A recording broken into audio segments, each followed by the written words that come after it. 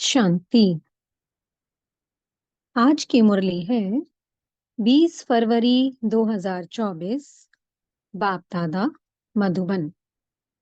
मीठे बाबा बोले, मीठे बच्चे, तुम्हें तन मन धन से सच्ची रूहानी सेवा करनी है। रूहानी सेवा से ही भारत गोल्डन एज बन जाएगा।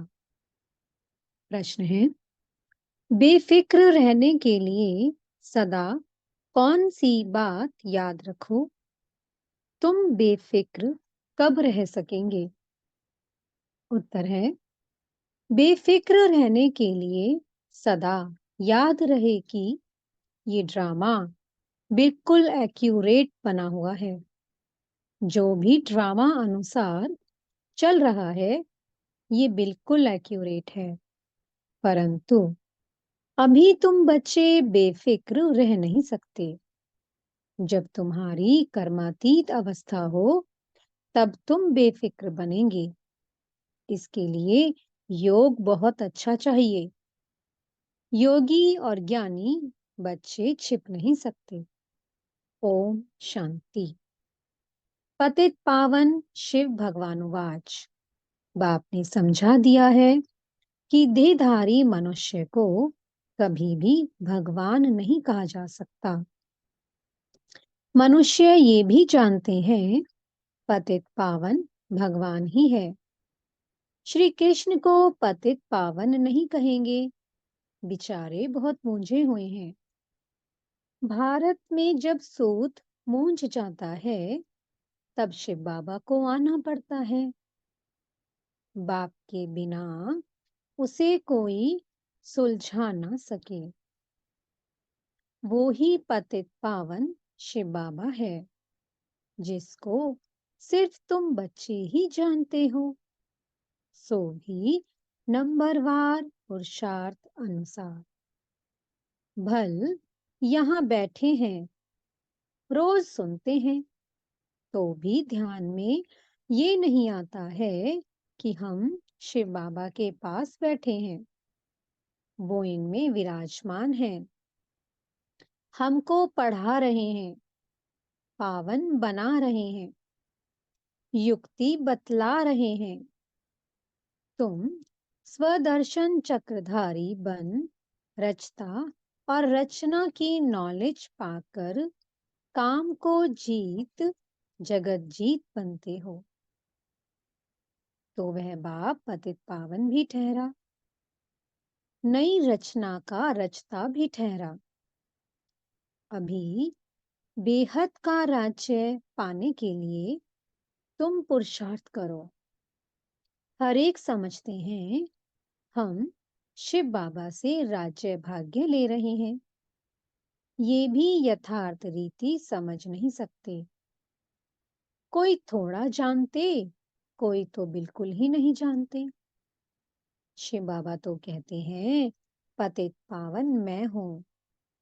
मेरे से अगर कोई आकर पूछे तो मैं अपना परिचय दे सकता हूँ। तुमको भी तो बाप ने अपना परिचय दिया है ना। शिव बाबा कहते हैं मैं साधारण तन में प्रवेश करता हूँ। ये साधारण तन है, झाड़ के अंत में खड़ा है, पतित दुनिया में खड़ा है और फिर नीचे तपस्या कर रहे हैं। इनको भी तपस्या शिव बाबा सिखला रहे हैं। राजयोग शिव बाबा सिखाते हैं। नीचे आदिदेव, ऊपर में आदिनाथ। तुम बच्चे समझा सकते हो हम ब्राह्मण शिव बाबा की संतान हैं। तुम भी शिव बाबा के बच्चे हो, परंतु जानते नहीं हो। भगवान एक है, बाकी सब ब्रदर्स हैं। बाप कहते हैं मैं अपने बच्चों को ही पढ़ाता हूँ। जो मुझे पहचानते हैं उन्हों को ही पढ़ाकर देवता बनाता हूँ। भारत ही स्वर्ग था, अब नर्क है। जो काम को जीतेगा वही जगत जीत बनेगा। मैं गोल्डन वर्ल्ड की स्थापना कर रहा हूँ। अनेक बार ये भारत गोल्डन एज में था, फिर आयरन एज में आया। ये कोई भी जानते नहीं। रचयिता और रचना के आदि मध्य अंत को कोई जानते नहीं। मैं नॉलेजफुल हूँ। ये है एम ऑब्जेक्ट। मैं इनके साधारण तन में प्रवेश होकर नॉलेज देता हूँ। अब तुम भी पवित्र बनो। इन विकारों को जीतने से तुम जगत जीत बनेंगे। ये सब बच्चे पुरुषार्थ कर रहे हैं, तन मन धन से रूहानी सेवा करते हैं, जिस्मानी नहीं। इनको स्पिरिचुअल नॉलेज कहा जाता है। ये भक्ति नहीं है। भक्ति का युग है द्वापर कलयुग, जिसको ब्रह्मा की रात कहा जाता है, और सतयुग त्रेता को ब्रह्मा का दिन कहा जाता है।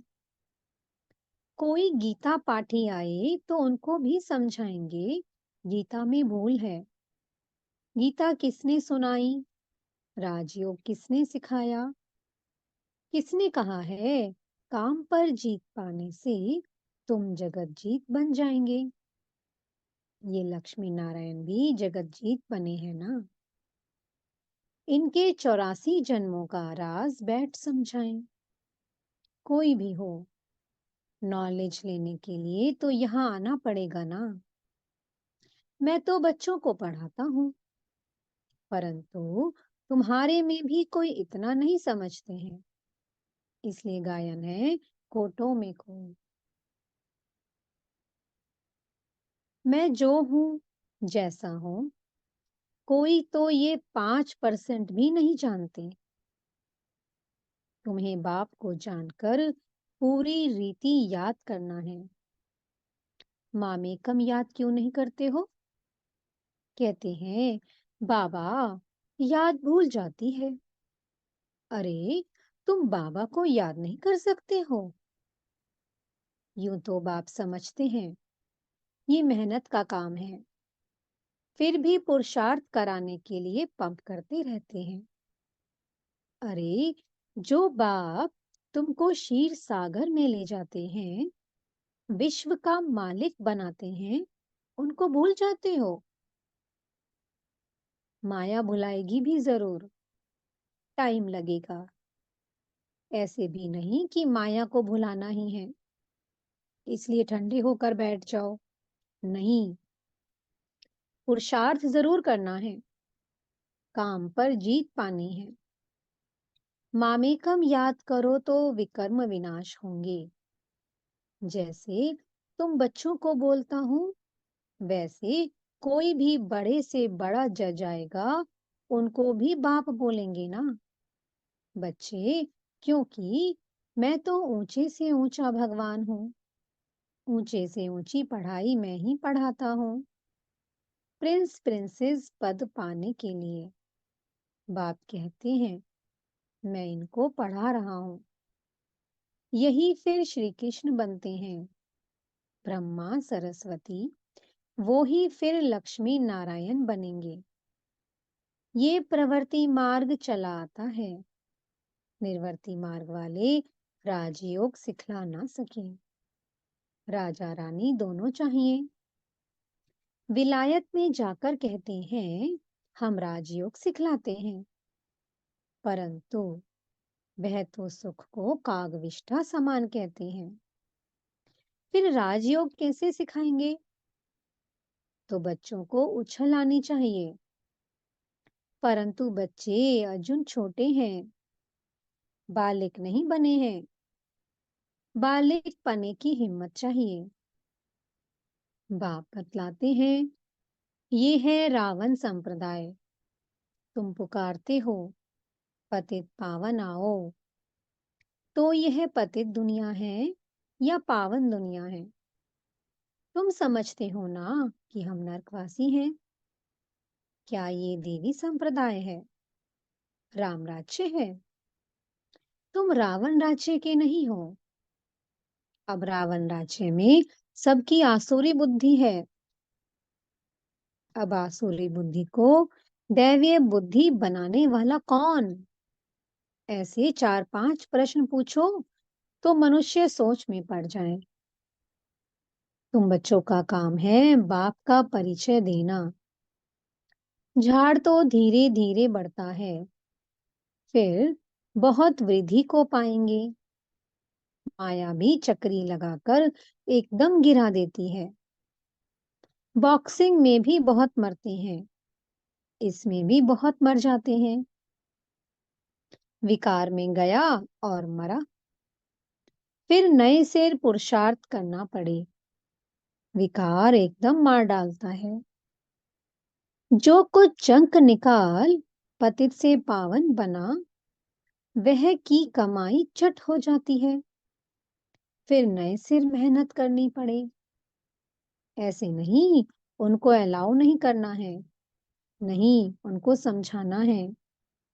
जो कुछ याद की यात्रा की, पढ़ा, वह सब खलास हो गया। एकदम नीचे गिर पड़ते हैं। फिर भी घड़ी घड़ी अगर गिरते रहेंगे तो कहेंगे गेट आउट। एक दो बारी आजमाया जाएगा। दो बारी माफी मिली, फिर केस होपलेस हो जाता है। फिर आएगा भी, लेकिन एकदम डर्टी क्लास। भेंट में तो ऐसे कहेंगे ना। जो बिल्कुल कम पद पाते हैं उनको कहेंगे डर्टी क्लास। दास दासियां, चंडाल, प्रजा के भी नौकर चाकर सब बनते हैं। बाप तो जानते हैं, मैं इन्हों को पढ़ा रहा हूँ। हर 5,000 वर्ष के बाद पढ़ाता हूँ। वह लोग लाखों वर्ष कह देते हैं। आगे चलकर ये भी कहने लग पड़ेंगे कि बरोबर 5,000 वर्ष की बात है। वो ही महाभारी लड़ाई है। परंतु याद की यात्रा में रह ना सके। दिन प्रतिदिन टू लेट होते जाएंगे। गाया भी जाता है, बहुत गई थोड़ी रही।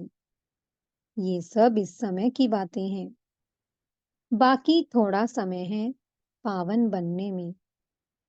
लड़ाई सामने खड़ी है। अपने दिल से पूछना है, हम याद की यात्रा पर हैं? जब कोई नया आता है तो बच्चों को फॉर्म जरूर भराना है। जब फॉर्म भरें तब उनको समझाया जाए। अगर किसको समझना ही नहीं है तो फॉर्म ही क्या भरेगा? ऐसे तो ढेर आते हैं। बोलो, बाप को पुकारते हो, पतित पावन आओ। तो जरूर यह पतित दुनिया है। तब तो कहते हैं कि आकर पावन बनाओ। फिर कोई बनते हैं, कोई नहीं बनते हैं। बाबा के पास पत्र तो ढेर आते हैं। सब लिखते हैं शिव बाबा केयर ऑफ ब्रह्मा। शिव बाबा भी कहते हैं मैं साधारण तन में प्रवेश करता है। इनको 84 जन्मों की कहानी सुनाता हूँ। और कोई भी मनुष्य रचता और रचना के आदि मध्य अंत को नहीं जानते हैं। अब बाप ने ही तुमको बताया है। ये चित्र आदि भी बाबा ने दिव्य दृष्टि देकर सब बनवाए हैं। बाबा तुम आत्माओं को ही पढ़ाते हैं। आत्माएं झट अशरीरी हो जाती हैं। इस शरीर से अपने को अलग समझना है। बाबा कहते हैं बच्चे, देही अभिमानी भव, अशरीरी भव। मैं आत्माओं को पढ़ाता हूँ। ये मेला है आत्माओं और परमात्मा का। इसे संगम का मेला कहा जाता है। बाकी कोई पानी की गंगा पावन नहीं बनाती है। साधु संत ऋषि मुनि आदि सब जाते हैं स्नान करने। अब गंगा पतित पावनी हो कैसे सकती है? भगवान उवाच है ना, काम महाशत्रु है। इस पर जीत पाने से तुम जगत जीत बन जाएंगे। गंगा व सागर तो नहीं कहते, ये तो ज्ञान सागर बाप समझाते हैं। इन पर जीत पाने के लिए माँ में कम याद करो तो तुम पावन बन जाएंगे। दैवीय गुण धारण करो, किसको दुख मत दो। पहला नंबर दुख है काम कटारी चलाना। यही आदि मध्य अंत दुख देने वाला है। सतयुग में ये होता नहीं, वो है पावन दुनिया। वहां कोई पतित रहता ही नहीं। जैसे तुम योग बल से राज्य लेते हो, वैसे वहां योग बल से बच्चा पैदा होता है। रावण राज्य ही नहीं है, तुम लोग रावण को जलाते हो। पता ही नहीं पड़ता कि कब से जलाते आए हो। राम राज्य में रावण होता नहीं। ये बड़ी समझने की बातें हैं, जो बाप बैठ समझाते हैं। समझाते तो बहुत अच्छा है, परंतु कल्प कल्प जो जितना पढ़े हैं उतना ही पढ़ते हैं। पुरुषार्थ से सारा मालूम पड़ जाता है। स्थूल सेवा की भी सब्जेक्ट है। मनसा नहीं तो वाचा कर्मणा। वाचा तो बहुत सहज है। पहले है मनसा, अर्थात मन मना भव। याद की यात्रा में रहना है। अपने को आत्मा समझ बाप को याद करना है। बाबा से शिक्षा लेनी है। बहुत हैं जो बाप को याद नहीं कर सकते। ऐसे नहीं कहेंगे कि ज्ञान को याद नहीं कर सकते, माँ में कम याद नहीं कर सकते। याद नहीं करेंगे तो ताकत कैसे मिलेगी? बाप सर्वशक्तिमान हैं, उनको याद करने से ही शक्ति आएगी। इसको ही जौहर कहा जाता है। कर्मना भी कोई अच्छी करे तो पद मिले, कर्मना भी नहीं करते तो फिर पद क्या मिलेगा? सब्जेक्ट होती है ना, ये है गुप्त समझने की बातें। वो लोग योग योग कहते रहते हैं, परंतु समझते नहीं कि योग से तुम विश्व की बादशाही लेते हो। योग बल से ही वहां बच्चा पैदा होता है, ये भी किसको पता नहीं है। तुमको समझाया जाता है, फिर भी आधा कल्प के बाद तुम माया के मुरीद बन जाते हो। फिर माया तुमको अभी भी नहीं छोड़ती है। अब तुमको शिव बाबा के मुरीद बनना है। कोई भी देहधारियों का मुरीद नहीं बनना है। बहन भाई भी अब कहा जाता है, पवित्र बनने के लिए। फिर तो इससे भी ऊपर जाना है। भाई भाई समझना है। भाई बहन की दृष्टि भी नहीं।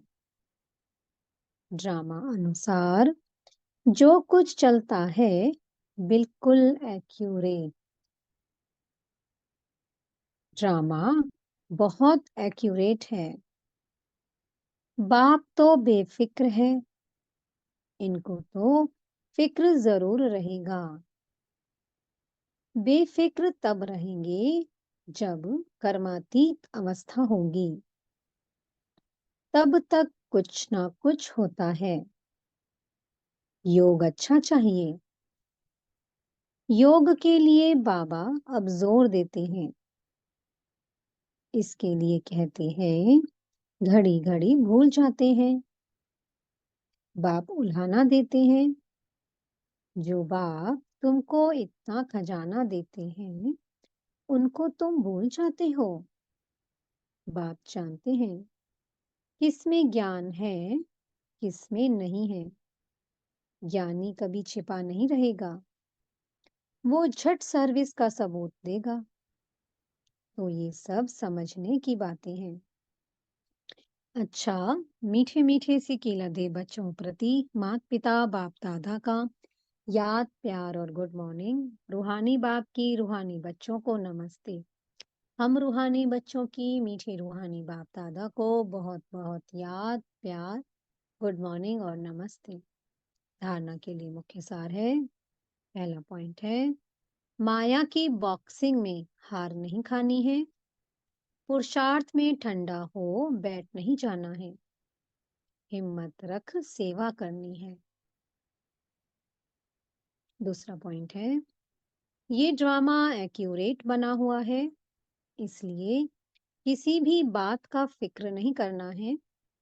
कर्मातीत अवस्था को पाने के लिए एक बाप की याद में रहना है। किसी धीधारी का मुरीद नहीं बनना है। मीठे सतगुरु जी वरदान दे रहे हैं। श्रीमद् परमान सेवा में संतुष्टता की विशेषता का अनुभव करने वाले सफलता मूर्त भव। कोई भी सेवा करो, कोई जिज्ञासु आवे या नहीं आवे, लेकिन स्वयं स्वयं से संतुष्ट रहो। निश्चय रखो कि अगर मैं संतुष्ट हूं तो मैसेज काम जरूर करेगा। इसमें उदास नहीं हो। स्टूडेंट नहीं बढ़े कोई हर्जा नहीं। आपके हिसाब किताब में तो जमा हो गया और उन्हों को संदेश मिल गया। अगर स्वयं संतुष्ट हो तो खर्चा सफल हुआ। श्रीमत परमान कार्य किया तो श्रीमत को मानना ये भी सफलता मूर्त बनना है। स्लोगन है, असमर्थ आत्माओं को समर्थी दो तो उनकी दुआएं मिलेंगी। ओम शांति। बहुत बहुत शुक्रिया प्यारे प्यारे हमारे मीठे मीठे बाप दादा का, बेहद की सर्वात्माओं का, प्रकृति माँ का और पांचों तत्वों का बहुत बहुत शुक्रिया। ओम शांति। ओम शांति। ओम शांति।